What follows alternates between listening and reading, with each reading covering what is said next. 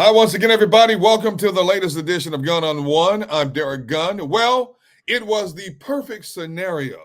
It was the Eagles' official home opener, Monday night, raucous home crowd, national audience, Nick Foles being honored. And they're playing an Atlanta Falcons team that, oh, by the way, lost their home opener to the Pittsburgh Steelers. And all the Falcons did was sneak into town and steal victory from the jaws of defeat. And people are losing their minds over this loss. So I thought I'd bring in somebody who knows a little something about football. He's won a Super Bowl. He played for the Philadelphia Eagles. He is the football voice of NBC Sports Philadelphia. He is a good friend of mine who, oh, by the way, to show you what kind of good friend he is, the kind of guy who comes into my home, blatantly lies on me, and my wife and adult children believe everything the man says. He is the one and only Barrett Brooks. Big Brooks, how you doing, man? I'm good, man. I'm good. How you doing, bro? I mean, Good, I appreciate man. you having me on, man. I really appreciate you having me on. It's good seeing you, man. And I'm gonna go to the end first to get your opinion. All right, Jake Elliott kicks the field goal. 1:39 left in the game. Falcons down 6. Were you like me? Were you thinking this game's in the bag? I was thinking it was in the bag once CJ actually made that stop. Woo! I thought it was all over and done. You know, stick a fork in him.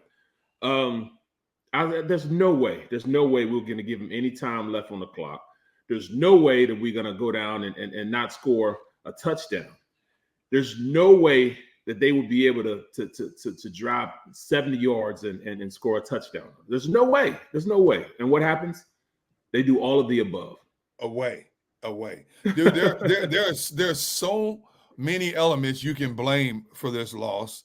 Offense, defense, play calling, you name it. And let's go back to the beginning, because I think one of the most glaring deficiencies that occurred early in the game was they go for it on a 4th down early in the game instead of taking the points. Now, I will say this. In years past, we've applauded Nick Sirianni for being aggressive in 4th down short yardage situations. But in a game like this early on, do you take the points early? And when I was sitting back, I was like, yo, I would take the points. I'm not going to take the points off the board. I got to go and kick the field goal, because it wasn't like 4th and 1. It wasn't like 4th and 2. It was 4th and 4. Mm-hmm. So I'm thinking to myself, 4 yards, I'm gonna go ahead and take the points. You know what I'm saying? I'm a bird in the hand worth it's worth more than 2 in the bush type of guy. So I would have took the points.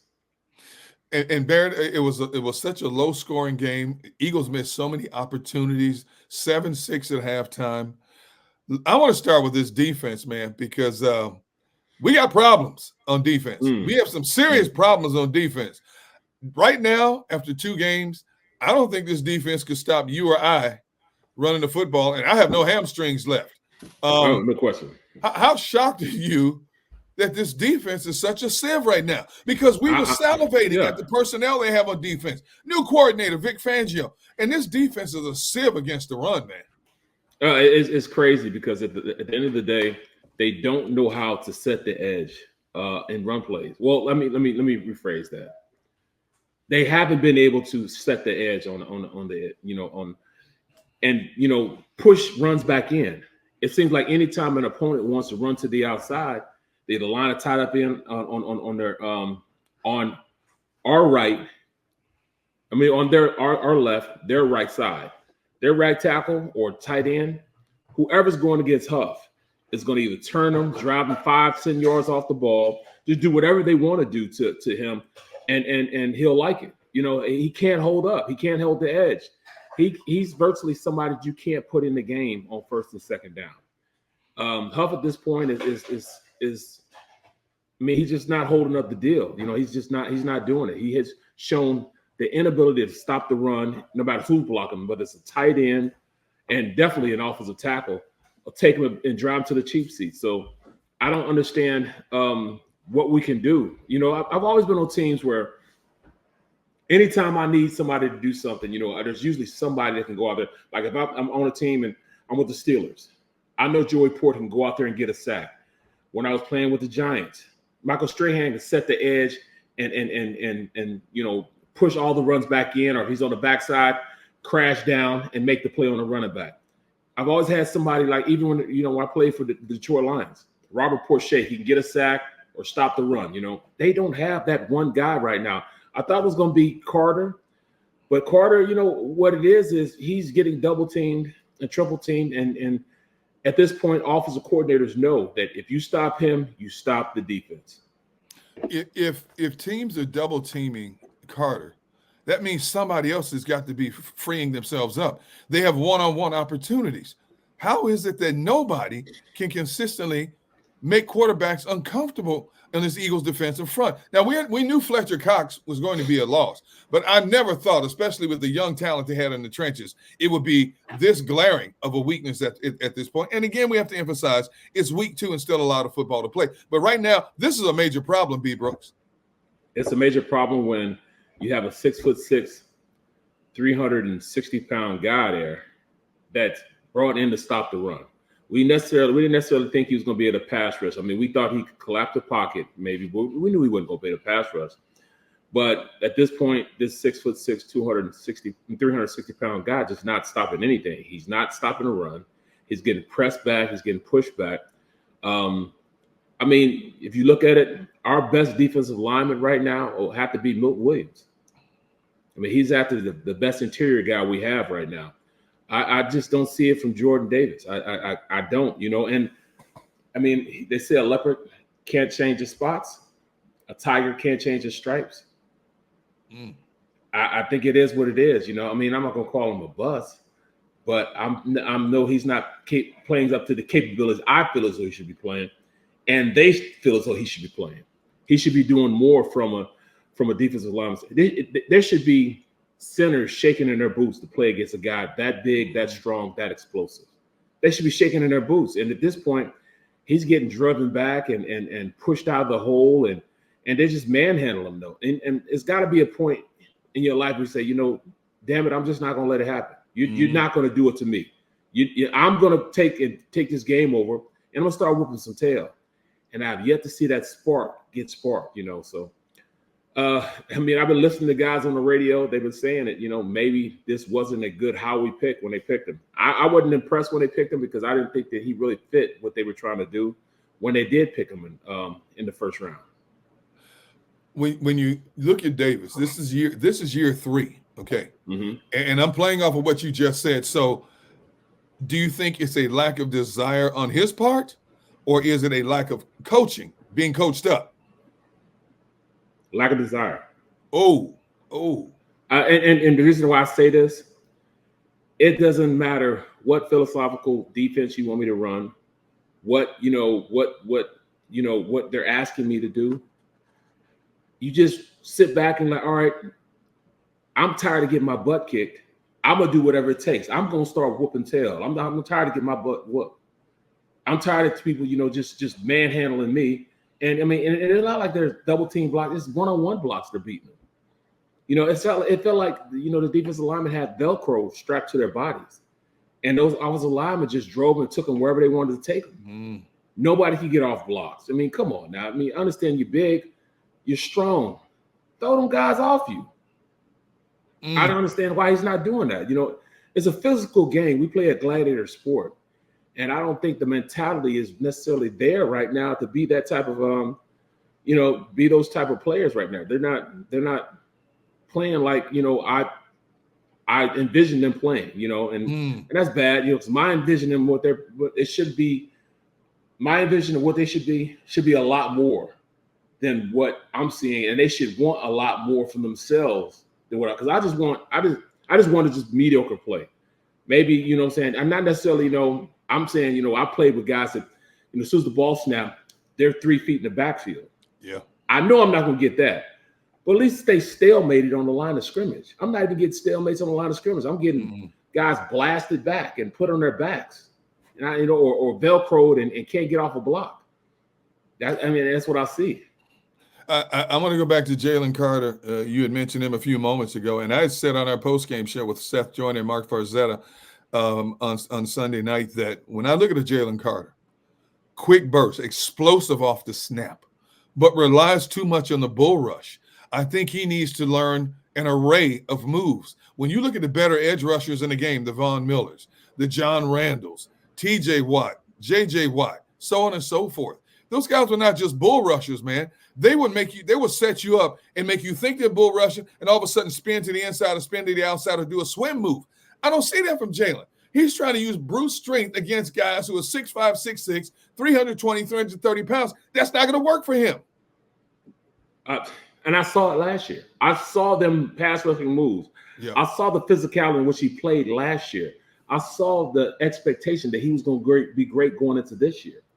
I mean, I saw him, be able to, play with leverage, come off the rock, stone guys, hit guys in the mouth, drive guys back into the backfield. There was nobody that wanted to block him one-on-one because he would beat everybody. The drive is just not there right now, I hate being, I hate talking about players, but I got to tell the truth about what I see on film. Yeah. I'm not, backstabbing anybody. I'm not doing that. I'm telling the truth. I'm just saying what I see on film. I watched the film, and this is what I'm seeing. I'm seeing guys not fighting off blocks, number one. I'm talking about the interior. I'm just talking about the interior guy. Right. Guys not fighting off blocks. Guys not hitting guys, stoning them. Put your face to their neck. Rip, get vertical. Do what you got to do to make a play. Mm-hmm. You know what I'm saying? Within the framework of the defense. Being physical. I don't see the physicality that I need to see from a defensive line. I'm used to, playing against. When I was playing against guys that's all they did. John Randall, Warren Sapp. All those guys wanted to be great, and they played that way. Their physicality in which that game, when I played, was just unreal. I'm saying? I'm playing against Jerry Ball. You know what I'm saying? I'm playing against the Grave Digger. You know what I mean? I'm playing against guys that, Dana Stubblefield, Eric Swan. I'm talking about really, really good, hard-nosed Keith Hamilton type of players. They just don't have that want to be great right now. And I hope I'm wrong. And I want right now to be totally wrong about what I'm saying. Yeah. I want to be proven wrong. I want to be saying, oh, see, you don't know what the hell you're talking about, B. Brooks. You know what I'm saying? You don't know what you're talking. Make me think that. You know what I'm saying? Make me out a liar right now. I want that. Because I know if I get that, I got a great team going. But I just got to totally watch film. And when I watch film and I break it down, that's exactly what I'm seeing. I'll lie for you before I lie to you. And that's what I mean. And what do you want me to do? What do you want me to do? I'm just telling the truth. The truth shall set you free. I'm not lying about it. I'm not, teams, it's so bad that teams don't run screens on us. Teams don't run draw plays on us. Why? Because they don't get enough pass rush. They don't get up the field enough. They don't do enough penetrating to run those type of plays. All they're doing is running inside zone and outside zone on them. Nothing special. They're not bringing anything else to the table. Green Bay ran for 163 yards in his defense. Atlanta had 152 yards in his defense. The personnel on defense overall, Barrett, is not going to change. This is it. I don't see them trying to go out there and find another Ndamukong Suh or Linval Joseph. I don't think they're out there this time around. What can they do to tighten up this run defense with the personnel they have? Because that's it, basically. Well, you got to go see the Wizard. What else do you want me to say? You got to go see the Wizard. They went through camp. They've already been through camp. I saw something in camp that I thought, all right, they had a more physical camp. But it didn't translate to the field. The physical nature you need to play this game did not transfer to the field. The physicality you need to be a great player is not translating to the field. Guys are not hitting guys in the mouth. You know what I'm saying? It's hard for a linebacker to play linebacker when you're getting your defensive line, double team back or press back into their laps. And everybody's saying, oh, Bond didn't have a good – well, Bond got, big defensive lineman stuffed in his, in his lap. Yeah. You know what I'm saying? They getting cut. They're getting, to the second level, untouched. What do you expect? The first line of defense was wrong. So now they're the first line of defense. Now they're trying to do it. And they didn't do a good job either of getting off their blocks. But it's hard to get off your blocks when this guy shouldn't be on you anyways. You know what I'm saying? If you got to take two. Stop, drop, and roll. You know what I'm saying? Position yourself where you can't let that offensive lineman get off on the linebacker. You know what I'm saying? Keep him from getting blocked. This defense is not playing fundamentally sound. And I thought that's what they were going to do. Vic Fangio, old school coach. I thought he was going to give him an old school mentality. Old school. When I thought, when I played when it was old school, guys that was going to go out there and kick your butt. You know, we're going to hit you in the mouth. We're going to make you like it, you know, and I don't see that physicality anywhere, you know. I just don't see it. I mean, I see it on the offensive side of the ball. I see the offensive line. They try to get after, you know. I mean, I'm so surprised Mekhi Becton being able to play guard. I mean, he gave him a sack yesterday, but it was a sack in which, you know, it was an ET stunt or a TE stunt, one of the two. It was a stunt, and both he and Lane, they still got to get their, you know, camaraderie together. You know what I'm saying? They tried to pass it off, and Becton wanted to stay on his guy, and he didn't get off fast enough. You know, that happens. You know, that's just a timing thing, and they'll get that together from playing and you know, becoming that unit that they need to be. But as far as coming off the rock and smashing guys, Mekhi Becton, Cam Jurgens, they were coming off. They were driving guys back, you know, and that's what I saw. But I didn't see that on offense. Also, I saw guys getting driven back. I saw guys with Velcro on them. It's like they had those, you know, receiver gloves on it that you can just catch everything. Well, they had lineman gloves on. They would snatch them and wouldn't let them go, man. I mean, they were hugging them like they loved each other or something, man. You know what I'm saying? Like they were best buds, you know, just snatching them, and they just didn't break free. Hey, back in the spring when Howie Roseman signed Bryce Huff, everybody, me included, I raised my hand, me included, thought it was one of the biggest offseason steals of 2024 when they got him for $51 million. And then we find out, oh, wait a minute, he only played 40% of the snaps when he was with the Jets. Leading up to this game, and this just resonated, and I'm like, I got to watch this guy closer on Monday night. His defensive coordinator, Vic Fangio, when asked about what does Bryce Huff need to do to get more playing time, and what did Fangio say? He needs to separate himself. And I'm thinking, what the heck does that mean? The man had double-digit sacks last year. What the heck does that mean? And oh, my goodness. Was he on the milk carton on Monday night? Because he didn't even show up on the stat sheet, man. That's 2 games in a row, B. Brooks. I think the Eagles got jobbed on this deal. I'm sorry, but I think they got jobbed. I don't know. I think there are such things as UFOs because it was invasion of the body snatcher. They snatched him up and took him up in a spaceship, and you know what I'm saying? That's all it was, man. I mean, he was missing in action. You know what I'm saying? It's bad because I watch so much film. I love to watch film. I love to see how opponents are trying to counter this opponent. I like to see what schemes they're using to combat this.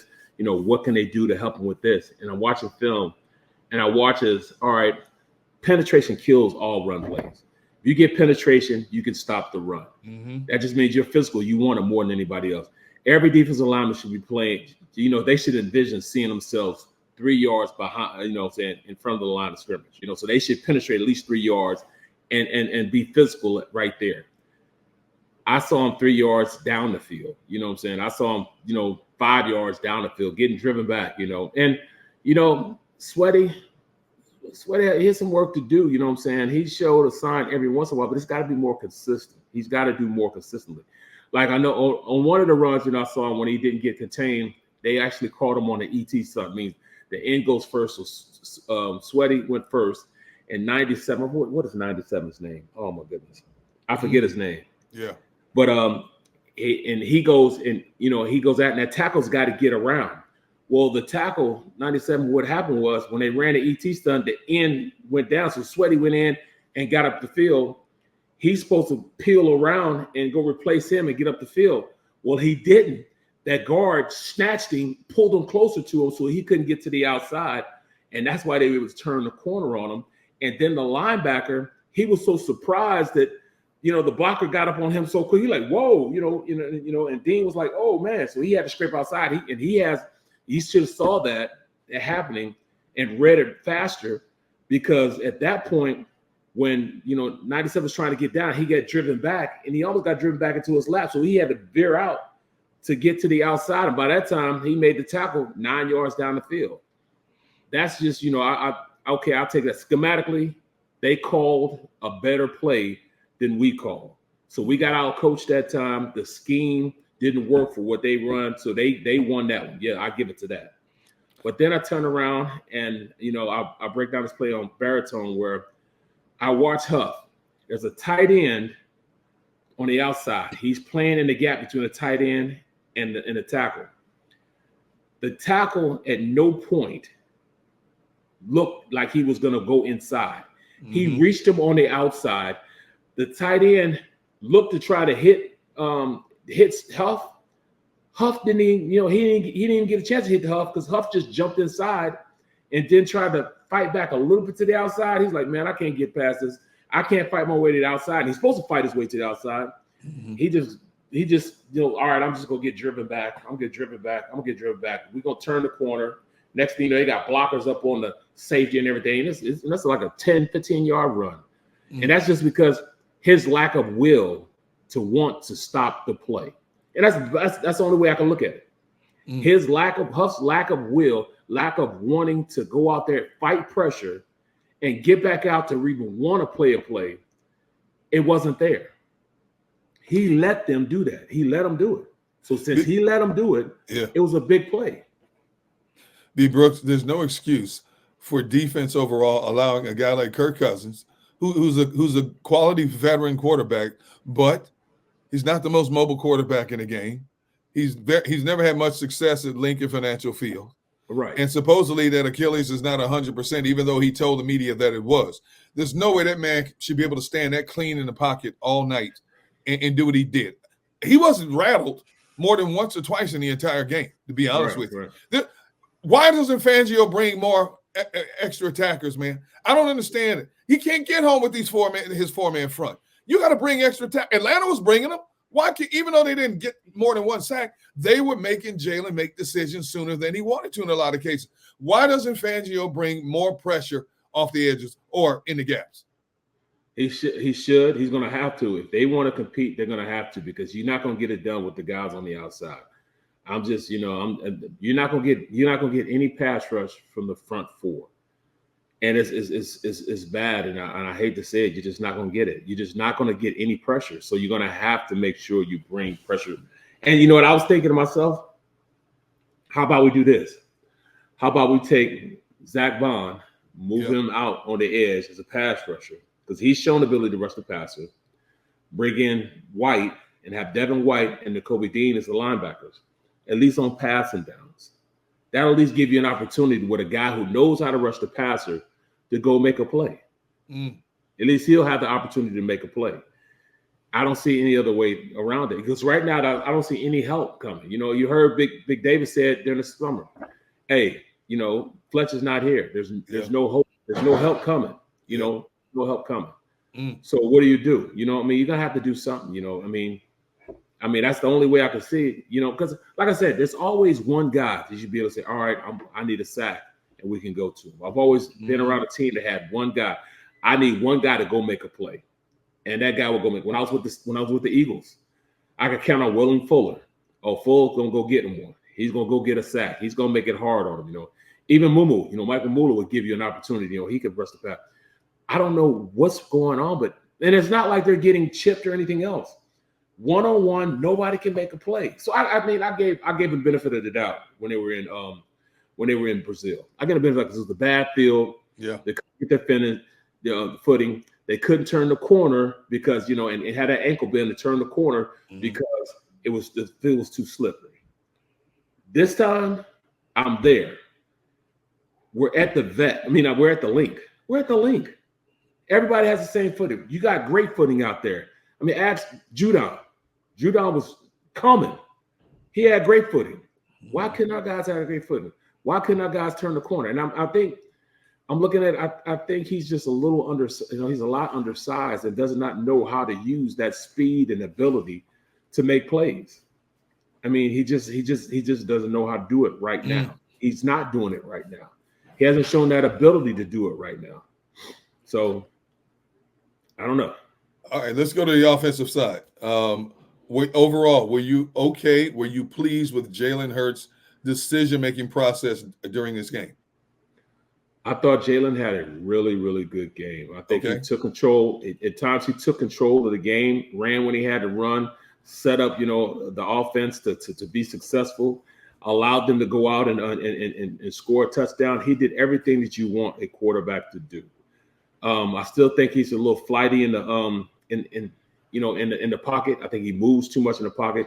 As an offensive lineman, you're not blocked to block for the quarterback. You're blocking a set point in the offense. You know what I'm saying? There's a set point where you're trying to push your guy either by him or you're going to stop him from coming through you to get to that one point. And that's where the quarterback's supposed to line up. That's where he's supposed to have his launch point. And sometimes I think he just hurried his decision too fast and would fade back. And then as an offensive tackle, you're taught to, drive a guy back, and then he turn around. The quarterback's sitting right there. That's not fair to Lane. That's not fair to, our right tackle either. Our left tackle Mailata, Jordan Mailata. It's not fair to them when you do that. When you fade like that. I had, put it like this. When I started my rookie year, I'm starting my rookie year, and I'm playing with quarterbacks, and you know what I'm saying, and I had Rodney Peete, and I had Randall Cunningham, and there were times where I could notice that both Pete and Cunningham would drop back, and they would fade left, and they're fading to me. I'm like, why are you always fading to me? So halfway through the season, I said, look, guys, you guys got to stop fading to my side. I'm already having some problems. I'm not playing against regular guys. I'm playing against Charles Haley. I'm playing against Mr. White, Mr. Reggie White, Leslie O'Neal. I'm playing against Pat Swilling. I mean, the guys that I played against were, Strahan, Ken Harvey, you name it. I played against all the premier rushers in the NFL. So when I'm blocking, why are you fading to my side? Because this is where the heat is coming from. This is where the best guys are. But they will always fade to my side. So I finally asked them both, I'm like, look, man, y'all got to stop fading to my side. Why do you keep fading to my side? Well, actually, we fade to your side, and we're not doing it consciously. We're doing it unconsciously. I said, what do you mean by that? Because we can see what's going on the right side, and we don't trust what's going on the right side. And at the time, the right tackle wasn't, Antonio Davis just wasn't fitting the bill. You know what I'm saying? He was having a tough time over there at right tackle. So they would fade to my side knowing that they were going to get pressure from that side. I'm like, but you guys can see the pressure. You can't see the pressure my way. So we trust you more than we trust that right side. And I know that's not fair, but that's just what they would do. Well, same thing was going on with Jalen. Jalen trusts, Lane a little more. So he kind of fades over, and then he'll take off and run. Well, you can't do that. You gotta stop within the framework of the protection. You got to drop back, and then you got to, press the pocket so you can go down the field. And I don't believe, he did it not consistently. He started to do it a little more, but he didn't do it consistently on a consistent, time out there. So, I mean, eventually it's going to get better. I know it's going to get better. He trusts those guys. Those guys, the offensive line had a pretty good game. They drove block when they had to. I saw a lot of times where they were putting guys on their back. They played physical. They blocked the point where they're supposed to block at. It's just, we just didn't have all our horses. People don't understand how good AJ is.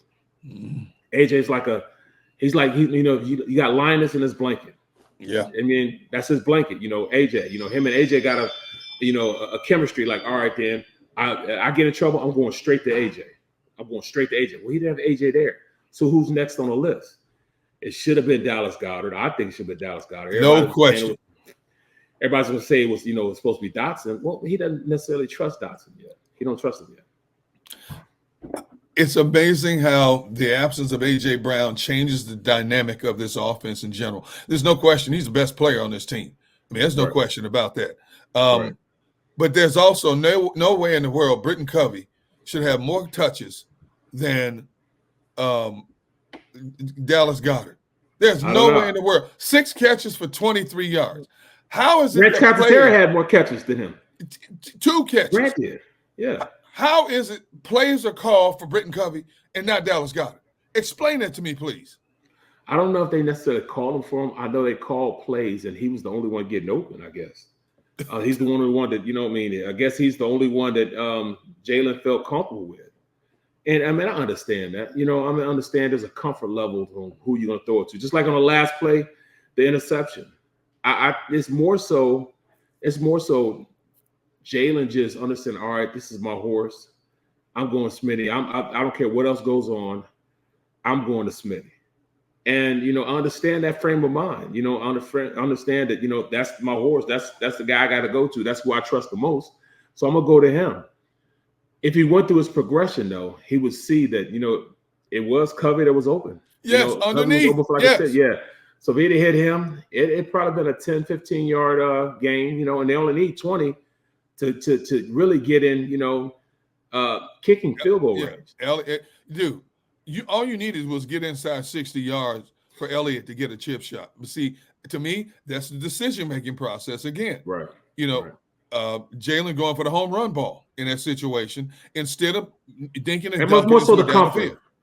More so the comfort. But you practice this stuff in OTAs, minicamp, training camp. You go through all these scenarios. Okay, dink and dunk your way down the field. All we need is a field goal to win this game. We don't need 6. Right. All we need is the field goal. And Jalen loads up and throws a deep ball again. Same thing he did in the first game against Green Bay. In that case, he held the ball too long. But in this case, all you got to do is hit Covey over the middle. He picks up maybe 15 yards. You're that much closer to give Elliott a chance at that chip shot or that game-winning field goal. Or how about this? Just throw it away. Fight another day. Find another plan. Just throw it away. All right, you got another play. You can go out there. You got 2 timeouts. But, like I said, that is decision-making, and just like you said, it's a learning experience, but sometimes you get tired of learning experience, and I need more production instead of learning experiences. Give me more learning production than learning experiences. I don't need any more experiences, But, I mean, this team is still good. I heard a lot of people in the industry saying, maybe this is just a mediocre team. It might be a mediocre team until AJ gets back. Then AJ gets back. Now we're scoring 30 points a game again. Then things change. The dynamics of this team change. Even the defensive mindset changes because they know they got an opportunity to be great. This defense at this point, I can't see any relief in sight simply because they can't rush the passer. You can't do it. How shocked were you when we heard the report from ESPN before the game that A.J. Brown tells the reporter, I'm going to be out a couple of weeks. Couple of weeks? What? Well, I knew that. And even though I'm not fast enough, I was never fast enough to pull a hamstring. I never did it. But I saw guys that pulled hamstring. And I might have tweaked it a little bit, but I'm not running that fast, to pull anything. But those are one of those nagging injuries that you can't keep pushing it, because if you keep pushing it, it'll be a nagging injury for the rest of the season. And you don't want it to be that, that injury that, you just can't, you're off 1 week, you're back a week, you're back 2 weeks, and you're off 3 more weeks. You don't want it to be that. You want to get it fully healed. So at this point, I don't plan on seeing them until after the bye. So they're going to have to win 2 games without A.J. Brown. Man, they ain't winning 2 games without A.J. Brown. I'm telling you right now, they're not winning 2 games without A.J. Brown. Do you agree or disagree? Now, you are the eternal optimist. I'll give you that. Now, come on, man. Right. You have to go to New Orleans and then Tampa Bay. They're not winning 2 games without A.J. Brooks. I'm sorry, man. It's not happening. Well, you could have bought me with a wooden spoon, man, with a wooden nickel when you talk about Carr throwing the ball over 70%. Carr, his quarter QB rating is like over 130. Carr at this point is balling, man. He's getting Chris Olave open, and then I don't know where Alvin Kamara, where he found that fountain of youth. He's healthy now. He is virtually unstoppable. There's no, and he's way better than the back we just saw this week. He's way better than Bijan Robinson. Way better. You know what I'm saying? Because he's the total package. He can catch out the backfield. He runs. He's quicker. I mean, he's quick, not quicker, but he's quick. He's got knowledge of what he needs to do. He's an every down back, and he's playing with a vengeance right now. So I mean, it's tough. You know what I'm saying? I don't know if we do it. And then their defense, all those Cameron, all those guys are playing at a high level. I mean. They feel as though they got a legitimate shot. They're gonna win a division. They're gonna feel as though they're gonna win a division outright easily. Even though Baker Mayfield, we'll get on that in 2 weeks. Baker Mayfield has resurrected his career. They believe in him. He believes in himself, and he has weapons galore. And Todd Bowles knows how to play Jalen Hurts. Oh yeah. He can't read the defense. He can't read the defense. Remember that? Yeah. Oh yes. So, all right, let's go to the defining moment of this Monday night game. And it's been talked about over and over again. 3rd and 3.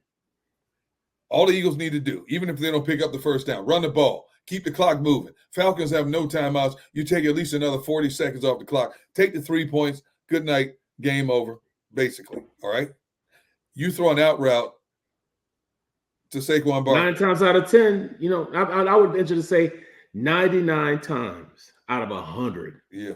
He makes that simple catch. He makes the catch. But does he beat Brooks? Because over the last 3 years, he's had more drops from running back than any other running back in the National Football League. But it's more of a serving size that he's given. He was the Giants' offense. He was Saquon left, Saquon right, Saquon up the middle. Right. He was that guy. So he you can't really say that he has a lot of drops when you put it in perspective of how many times he was that guy and he was taking control of everything. So he just I don't think it's fair to say that he makes that play. I don't see all camp. He didn't drop a ball all camp. All camp. Yeah. So I this blew me away that he did that. But at the end of the day, I really think that Saquon, this won't happen again. You can believe that. The way he feels though he let this team down, it'll never happen again. But I mean, if it was me though, right, and I was making that same play call, right. Even though I saw 8 guys in the box, yes, I would have still run the ball because all you had to do is get it between 1 6'7", 360-pound guard, and 1 6'6", 350-pound guard with Cam, one of the strongest players on the offensive line. Right, get it behind them 2 fellas and just hand it to him and run straight up the line. I'm gonna get 3 yards. I don't care who you got in there. I'm gonna get 3 yards. And if he doesn't get 3 yards, he gets 2 yards. Then you push on 4th down, and it's all over. I mean, somebody's singing. I ain't gonna say who, but somebody fat is singing if they did that. Somebody's singing. B. Brooks, on your next pregame show coming up, Eagles are down in New Orleans. Are you picking Eagles over the Saints? Are you picking Eagles over the Saints? You know what? I'm with somebody that I'm just gonna tell the truth when I'm giving my analysis. Yeah. And there's no way that I can go out there and constantly say that the Eagles will beat this Saints team. I mean, you can't. I can't do that. Even though my glasses always half full. Right. I can't do that. Because I'd be to me committing career suicide because that means that I'm not giving an accurate analysis on what I think about the game. Like I think I picked them to beat. I picked them to beat the Falcons, but I picked them to lose against Green Bay. Okay. Because that's what I saw in my film study that they should have lost. Yeah. They should have won this game in my film study. Well, I just started watching film on the Saints. To me, they're a complete defense and they're complete offense, and they manhandled the Dallas team. You know what I'm saying? That I still feel as though they're pretty good, even though they didn't get any better, but they didn't get any worse. They became, they paid 2 guys that were all on the team. They didn't bring anybody that really worth their salt, to really change the complexion of how this team would play. So, they beat up on a Dallas team that was already pretty good, and they beat them and made them like him. I'm going to give you a little stat you can use on your pregame show this coming Sunday. Right. And in fact, you was on our pregame show a lot this on a pregame show. You were on it a lot. You breaking down and talking to the quarterback. What's his name? Oh my goodness, who just retired? Nick Foles. Nick Foles. Your interviews with Nick Foles. So you were on the pregame show. They didn't get my approval for this. I want to get paid for this. Who do I need to talk to? They owned you then. You know what I'm saying? They owned you. Nobody owned D Gun. What's wrong with you? They owned you. They owned you. They had the whip out and everything. They owned you back then. Oh, they had the whip out there. God, you ain't ready for that. I'm gonna tell my wife you said that too. I'm gonna give you a stat. I'm gonna give you a little stat you can use on your pregame show because I'm using it on my pregame show this Sunday. All right. Derek Carr. Every possession that Derek Carr has been under center this season, 15 Saints have scored points, either touchdown or field goal. Keep that in mind. Wow. 15 series he's been under center, 15 times Saints have gone down the field and put points on the board. So you can't say I've never given you anything except the hard time. Except the hard time. Love it. You taught me. I learned from the best, man. That's why my career has been where it is, man. I've been only going up. I appreciate you, man. But hey, but I take them same stats, and I looked at it like this. When you looked at every time the Falcons were in pistol, they ran the ball. Every time they were just in, shotgun, they passed the ball. They broke all those tendencies and had him under center, running play action where he's great. So they didn't mean anything to me this time. So hopefully this doesn't backfire on us and we lose this game. But we really got to have it. I have to be honest in my honest assessment. I'll give you more, as far as now. I'll text you more, what my final score is going to be and everything. But all right. At this point, I can't say it. I cannot tell a lie. I got to say that the Saints might make it happen. Well, as much as you are an antagonist to me, I love you like family. You're always family to me, man. Sure. I appreciate you taking some time and hanging out with me on my podcast, man. Man, thanks for having me, man. I mean, I came straight home from work for you. I know you did. I know. You don't do that for anybody. No, I usually stop off, you know what I'm saying? I stop at Walmart, get me something from a truck or, you know what I'm saying? White Castle. Stop by a White Castle. Go to Home Depot, buy some wood so I can do this and this and that. But no, I had to come and make sure that D Gunn got my undivided attention. I appreciate you, my man. I appreciate you as well. And I appreciate everybody out there who watches each and every week. All right, that's a wrap for this edition of Gun on One. For my man, Barrett Brooks, I'm Derrick Gunn. Hopefully next week, both of us are talking about a much joyous Eagles outcome. Until then, So long, everybody.